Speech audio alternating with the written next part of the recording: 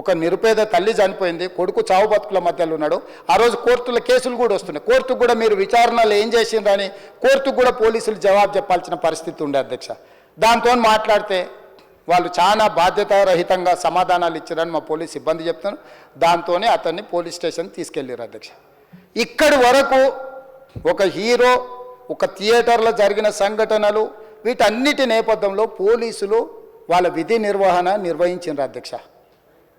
ఎప్పుడైతే అతను పోలీస్ స్టేషన్కు తీసుకెళ్ళిరో కొన్ని రాజకీయ పార్టీలు పైశాచికంగా ఎంత నీచంగా నన్ను తిట్టుకుంటా పోస్టులు పెట్టినరంటే, అంటే తెలంగాణ సమాజంలో మలక్పేట్లో బలాలా साहब के कॉन्स्टिट्यूंसी के वोटर है उन लोग, मलकपेट के छोटे नौकरी, उसका नौकरी अकबर साहब वो 30,000 नौकरी करता है, उसके परिवार में कोई कमाई नहीं है, एक एक टिकट 3,000 रुपये में खरीदा, वो बच्चा उनका फैन है बोल के उनके परिवार 12,000 रुपये रखकर 4 टिकट खरीद के पिक्चर को गए.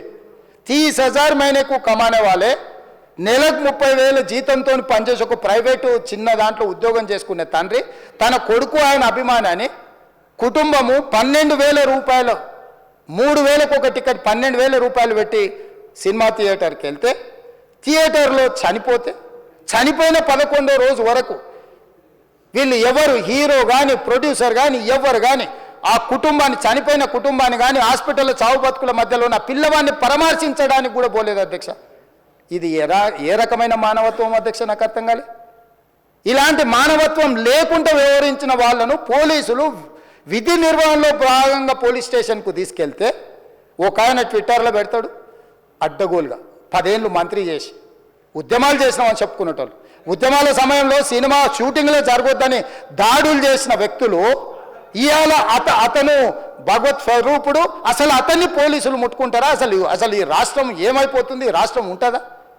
ఈ రకంగా రాజకీయ పార్టీలు అధ్యక్ష, రాజకీయ పార్టీలు ప్రజాప్రతినిధులుగా చనిపోయిన ప్రాణాల విలువ లేకుండా చావుకు కారణమైన ప్రత్యక్షంగా పరోక్షంగా అయిన వాళ్ళని పోలీస్ స్టేషన్కు విచారించడానికి పిలిస్తే కూడా అది కూడా తప్పుపట్టి ప్రభుత్వాన్ని బద్నాం చేయాలి, ముఖ్యమంత్రిని తిట్టాలని ఎంత నీచమైన భాష వాడింది అధ్యక్ష. యూట్యూబ్లలో మీరు చూడండి. నాకేముంటుంది అధ్యక్ష? ఏంది ఆ సినిమాకు స్పెషల్ రిలాక్సేషన్స్ ఇచ్చి ఇవాళ సినిమా ఏదైతే వ్యాపారం చేసిందో సినీ పరిశ్రమను ప్రోత్సహించాలని మొదటి వారం అత్యధికంగా సినిమా ధరలతో టికెట్లు అమ్ముకోవడానికి, స్పెషల్ షోలు వేసుకోవడానికి, బెనిఫిట్ షోలు వేసుకోవడానికి ప్రత్యేకమైన అనుమతులు ఇచ్చింది నా ప్రభుత్వమే కదా, మా ప్రభుత్వమే అధ్యక్ష. సినీ పరిశ్రమను ప్రోత్సహించాలనే మా విధానం.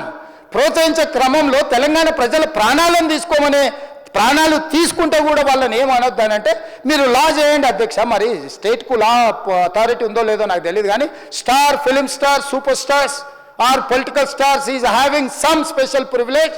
If they murdered anyone also we need not to prosecute or otherwise we need not to book any case against these personalities అని మనం మీరు చట్టం చేస్తా అంటే సినీ ప్రముఖులకు కానీ రాజకీయ ప్రముఖులకు కానీ స్టార్లని ఫీల్ అయ్యే వాళ్ళ పట్ల ప్రత్యేకమైన చట్టం ఉంటుంది, వాళ్ళ మీద కేసులు పెట్టొద్దని మీరు ఏమైనా చట్టం చేస్తే ఆ చట్టం అమలు చేస్తాం అధ్యక్ష. ఈ రోజున్న డాక్టర్ బాబాసాహెబ్ అంబేద్కర్ ఇచ్చిన చట్టం ప్రకారము దీనికి కారణమైన వాళ్ళను, ప్రత్యక్షంగా పరోక్షంగా కారణమైన వాళ్ళందరి మీద కేసులు కట్టి పోలీసులు విచారణ చేయాల్సిందే, బాధితులను శిక్షించాల్సిందే అధ్యక్ష. సో ఈరోజు ఆ కుటుంబాన్ని ఆదుకోవడానికి ఈరోజు కూడా ఆర్థికపరమైన విషయాల్లో కానీ దీంట్లో కానీ వాళ్ళు ఎవరు పెద్దగా ఆసక్తి, కనీసం సినిమా వాళ్ళు ఒక్కరోజు అతను పొయ్యి వస్తే సినీ ప్రముఖులందరూ అతని ఇంటికి వెళ్ళి అతనికి మొత్తం ఏదో కాళ్ళు చేతులు యాక్సిడెంట్లో పోయినట్టు కన్నీళ్లు గారుస్తారు. ఈ సినీ ప్రముఖులు ఒక్కరైనా హాస్పిటల్కి పోయినరా అధ్యక్ష?